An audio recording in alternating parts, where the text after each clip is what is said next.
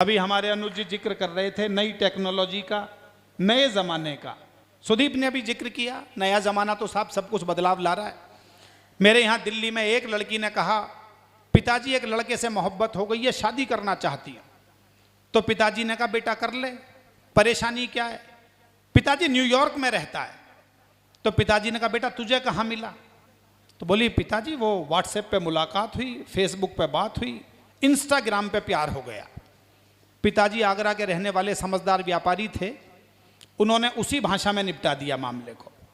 बेटा ऐसा कर, टेलीग्राम पर सगाई कर ले, ट्विटर पर शादी कर ले, फ्लिपकार्ट से बच्चे मंगा ले, गूगल से डाउनलोड कर ले, और समर्थन अब चाहूंगा आपका। बोले और उसके बाद भी पति पसंद नहीं आए तो साले को OLX पर बेच देना।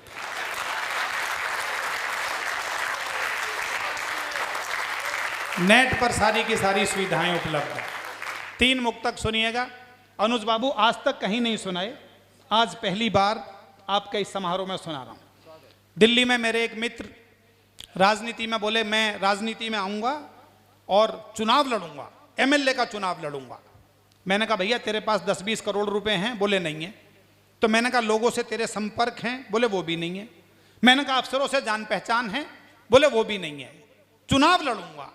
तो उन्होंने कहा फिर लड़ ले। मैंने कहा लड़ ले, पर तू कहां पहुंचेगा मैं तुझे जगह बताता हूं।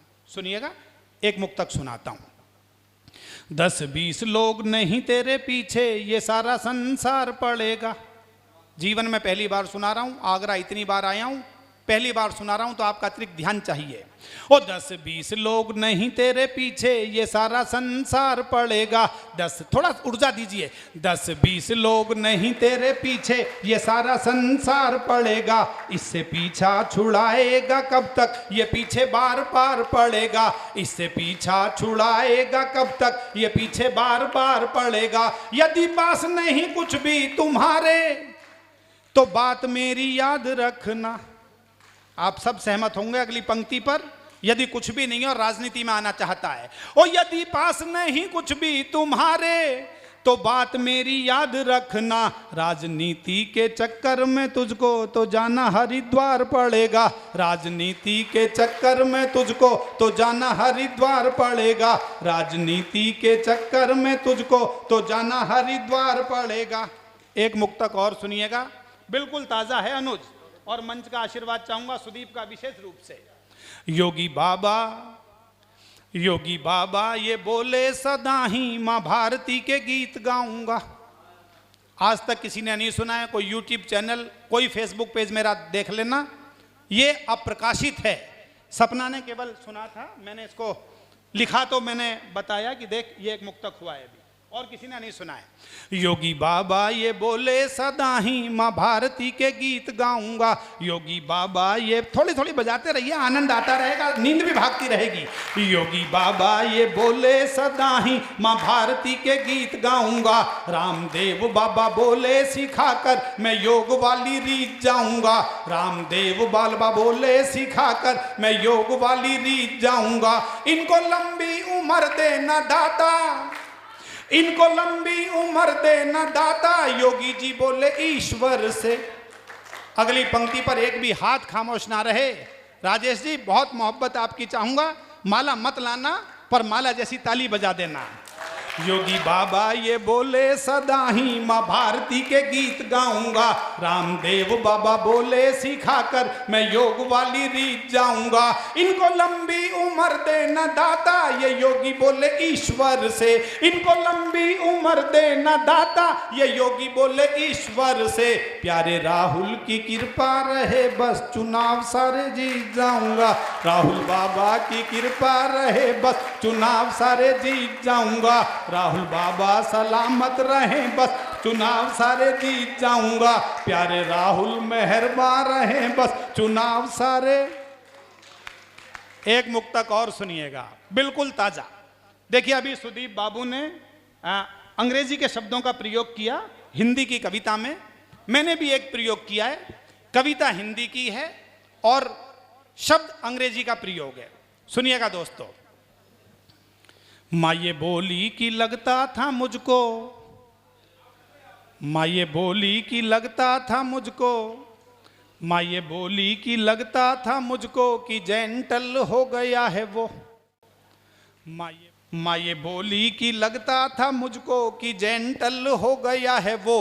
दादी बाबा पे कुछ यूं गया है, पेरेंटल हो गया है वो। दादी बाबा पे कुछ यूं गया है। ये सुदीप के जितने भी रिश्तेदार, राजेश नाम बता रहे थे ना आपका, ज्ञानेंद्र, ज्ञानेंद्र ना, तो आप ये मत मानो कि आप सुदीप के ही रिश्तेदार हो। ये हमें बड़ा भाई मानता तो रिश्तेदार हमारे भी हो आप। माँ ये बोली कि लगता था मुझको कि जेंटल हो गया है वो। दादी बाबा पे कुछ यूं गया है, पेरेंटल हो गया है वो। जिस बेटे को सज्जन बनाने में लगे मुझे 25 बरस। अगली पंक्ति बहुत आपके ठहाके के लिए लिखी है। जिस बेटे को सज्जन बनाने में लगे मुझे 25 बरस। चैट चालू आहे। जिस बेटे को सज्जन बनाने में लगे मुझे 25 बरस। मिलके बीबी से 25 मिनट में ही मेंटल हो गया है वो। मिलके बीबी से, एक बार हाथ उठाकर बजा दीजिए। मिलके बीबी से 25 मिनट में ही मेंटल हो गया है वो। दादी बाबा पे कुछ यूं गया है, पेरेंटल हो गया है वो। दादी बाबा पे कुछ यूं गया है, पेरेंटल हो गया है वो। कुछ मेरा मन करा था नए मुक्तक सुनाने का, अन्यथा दोस्तों मैंने बहुत रंगों में कविताएं लिखी हैं। ये आगरा है, इसकी मोहब्बत मेरे खाते में दर्ज हैं। मैं जानता हूं अब यहाँ कौन लोग बैठे हैं। अनुज, आप तो जानते हो मेरी 25 किताबें आई कविता की, और हर विधा में अलग अलग पुस्तक आई। मैंने यों भी लिखा दोस्तों, अब थोड़ा सा कैसेट का बी पार्ट सुना रहा हूं आपको, और अधिक चेतना आपकी चाहूंगा। यों भी लिखा था कि समय था वो भी जब हर ओर अच्छे लोग रहते थे। विनोद जी, ये कविताएं वो सुना रहा हूं जो आपने नहीं सुनी है। अब समय था वो भी जब हर ओर अच्छे लोग रहते थे। जलन नफरत घुटन से दूर ऐसे लोग रहते थे। अगली दो पंक्तियों पर आपका आशीर्वाद बढ़ेगा, मैं जानता हूं बढ़ेगा। समय था वो भी जब हर ओर अच्छे लोग रहते थे। मंच का आशीर्वाद चाहूंगा। समय था वो भी जब हर ओर अच्छे लोग रहते थे।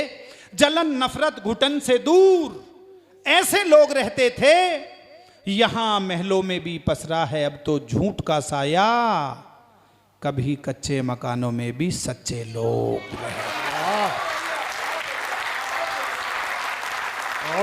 बाबूजी, आपके पिताजी ने बताया होगा कि तेरे दादा थे, धन नहीं था, पैसा नहीं था, लेकिन पंचायत होती थी तो जाते थे और हमेशा सच को सच कहा, झूठ को झूठ कहा।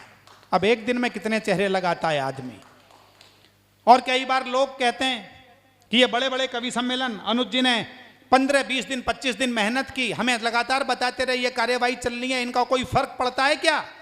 मैं प्रवीण शुक्ल 32 साल की काव्य यात्रा के बाद जिम्मेदारी से कहना चाहता हूं, 1% नहीं साहब, 100% फर्क पड़ता है।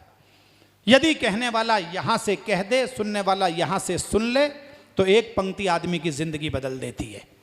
मेरी जिंदगी का सच है मनीष जी। एक कवि आपके यहां आगरे में इतनी बार आए हैं, बलराम श्रीवास्तव, मैनपुरी में कविता सुना रहे थे। 4 पंक्तियां उन्होंने पढ़ी और उन 4 पंक्तियों ने प्रवीण शुक्ल की जिंदगी में भारी बदलाव किया। उन्होंने ये पंक्तियां पढ़ी, मां भारती के संस्मरण भूल गए हैं, मां भारती के संस्मरण भूल गए हैं, मूल्यों का हो रहा है क्षरण भूल गए हैं। घर से चले तो प्रिय के मुख को चूम लिया, पर छूने को अपनी मां के चरण भूल गए।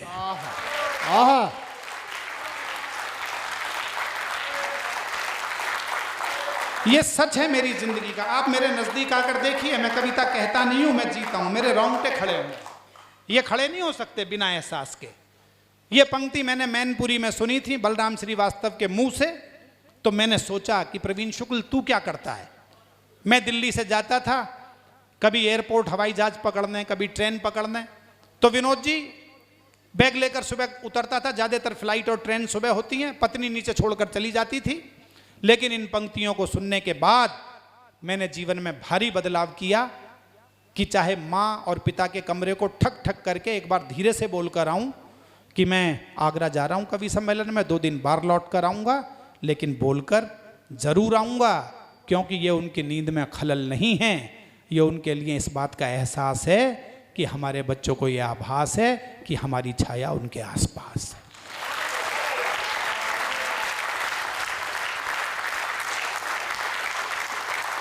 यही कविता की ताकत है। एक पंक्ति यदि एक कवि के जीवन में बदलाव ला सकती है तो आपके जीवन में क्यों नहीं ला सकती। एक मुक्तक सुनिएगा, 4 पंक्तियां मेरी, मैंने नहीं सुनाई आज तक आगरा में, फन्नी ढाबा में, आज अचानक मन पड़ गया, इसे जीवन में उतार लें तो मुझे नहीं पता कि कल से परसों से 20 साल बाद देश अच्छा होगा, समाज अच्छा होगा, लेकिन मैं कहता हूं आपके आसपास का वातावरण आज से अच्छा होगा। 4 पंक्तियां निवेदित करता हूं, मंच पर मेरे एक भी मित्र ने नहीं सुनी। जहां में घूमते हैं आदमी के अनगिनत साए, जहां में घूमते हैं आदमी के अनगिनत साए, कोई खुशियों में भी रोता, कोई गम में भी मुस्काए, रहें दुनिया की खातिर आंख में मेरी सदा आंसू, मेरे कारण किसी की आंख में आंसू नहीं आए।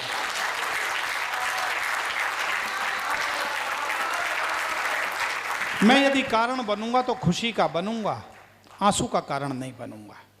एक मुक्तक और सुनिएगा, मेरी जिंदगी की सबसे कीमती पंक्तियां मैं आपको सुनाता हूं।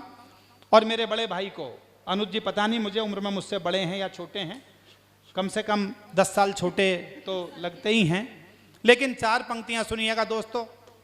187 मुक्तक मैंने एक पुस्तक में लिखे, लेकिन मुझसे कोई कहे सबसे कीमती क्या है तो सबसे कीमती मुक्तक सुनिएगा। मेरी बेटी MBBS की पढ़ाई पढ़ती है, कई बार परेशान हो जाती है किसी बात को लेकर, तो मैं पूछता हूं उससे, बेटा कोई दबाव है? वो कहती है दबाव तो है, लेकिन दबाव नहीं है क्योंकि आपकी पंक्ति मुझे याद है। बेटी बाप को उसकी 4 पंक्ति सुना देती है।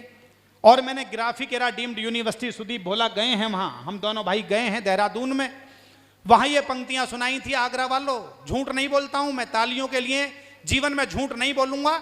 ईश्वर ने इतनी मुझे हिम्मत, साहस और इतना मजबूत किया हुआ है, लेकिन ये सच है कि मैंने ये मुक्तक वहां सुनाया तो कमल घनश्याला कुलपति हैं उस यूनिवर्सिटी के, उन्होंने कहा प्रवीण मुझे व्हाट्सएप कर दो ये पंक्तियां, 200 बोर्ड मुझे लगाने ताकि हर बच्चा इन्हें याद कर ले। किसी बच्चे को नहीं चाहता कि वो डिप्रेशन में आए। 4 पंक्तियां सुनिएगा, मैं निवेदित करता हूं, और ये प्यारा ईशान हमारा आने वाले समय में कामयाब हो, इसको आशीर्वाद देते हुए सुनाता हूं। जाने कितने अनुभवों का है यही बस सार अंतिम। बहुत आशीर्वाद चाहिए दोस्तों आपका। मैंने कहा कि मैंने अपनी वो कैसेट लगाई है जो आगरा में आज तक नहीं लगाई। जाने कितने अनुभवों का है यही, जितने महनीय लोग बैठे हैं, जाने कितने अनुभवों का है यही बस सार अंतिम, तोड़ना मत मन के रिश्तों का कोई भी तार अंतिम। दोस्तों पंक्ति थोड़ी सी अलग जाती है। ये जितने मन के रिश्ते हैं, चाहे पिता का है, माँ का है, भाई का है, बहन का है, सगे रिश्ते हैं, धन के लिए इन्हें मत छोड़ना, क्योंकि गया हुआ धन 100 बार लौटकर वापस आएगा, लेकिन सगा रिश्ता हाथ से छूट गया तो जिस गर्माहट से छूट जाएगा उस गर्माहट से लौटकर नहीं आ सकता। आ जाएगा लेकिन वो गर्माहट खत्म हो जाएगी। इसलिए निवेदन करता हूं, जो लोग मेरी निजी जिंदगी जानते हैं वो जानते हैं कि प्रवीण शुक्ल ने इन पंक्तियों को जिया भी है। जाने कितने अनुभवों का है यही बस सार अंतिम, तोड़ना मत मन के रिश्तों का कभी भी तार अंतिम, जिंदगी की उलझनों से जूझ के जाना। ये मैंने पूरे सदन का आशीर्वाद मिले जो मेरी बेटी मुझे सुनाती है। जाने कितने अनुभवों का है यही बस सार अंतिम, तोड़ना मत मन के रिश्तों का कभी भी तार अंतिम, जिंदगी की उलझनों से जूझ के जाना ये मैंने, ना कोई भी जीत अंतिम, ना कोई भी हार अंतिम, ना कोई भी जीत अंतिम, ना कोई भी हार अंतिम, ना कोई भी जीत अंतिम, ना कोई भी